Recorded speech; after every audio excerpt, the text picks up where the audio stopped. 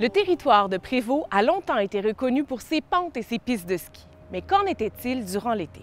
Tout aussi vivant, le tourisme estival à Prévost remonte à la fin du 19e siècle. En effet, en 1891, le premier hôtel ouvre ses portes dans le secteur de Lesage, témoignant déjà de la venue de visiteurs.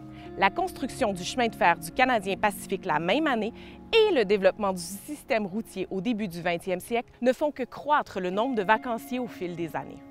Prévost devient rapidement une destination estivale de choix. C'est une place de repos pour les gens provenant de milieux urbains qui peuvent se baigner dans la rivière du Nord, s'y promener en canot ou même aller pêcher au lac Écho vers Saint-Hippolyte. Il n'y a pas que les activités nautiques toutefois pour divertir les touristes. Il est possible de profiter du parcours de 9 trous du club de golf de Shawbridge ou même de faire une excursion à cheval jusqu'à Sun Valley Farm à Valmorin. Des restaurants et des casse-croûtes desservent les vacanciers durant tout l'été. Les populaires magasins de Hammerman et de Bitchinski se font concurrence dans le Vieux-Prévost. En plus d'offrir des produits d'épicerie, ils vendent de la crème glacée et organisent des soirées dansantes. Dès les années 1930, l'achalandage estival est à son comble à Prévost. Les touristes y arrivent en automobile ou par train et sont si nombreux que la police doit souvent assurer la circulation piétonnière dans certaines rues afin d'éviter les accidents. En 1932, un constable est engagé afin d'appliquer le règlement municipal interdisant aux citoyens et aux touristes de se promener en costume indécent. On entend par là un costume de bain, une robe de chambre ou même un pyjama.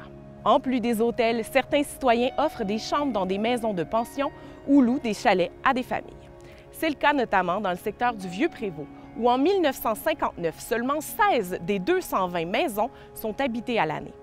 Les étendues d'eau à l'est de la rivière du Nord, comme les lacs Renaud et Écho, attirent aussi les villégiateurs en offrant des chalets. Dans les années 1950, la popularité des pistes de ski de Prévost baisse peu à peu puisqu'elles ne peuvent rivaliser avec celles de Saint-Sauveur ou de Mont-Tremblant.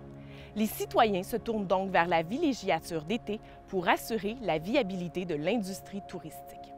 Toutefois, dès les années 1960, la rivière du Nord est trop polluée pour s'y baigner et plusieurs touristes délaissent les chalets pour se rendre ailleurs dans les Laurentides.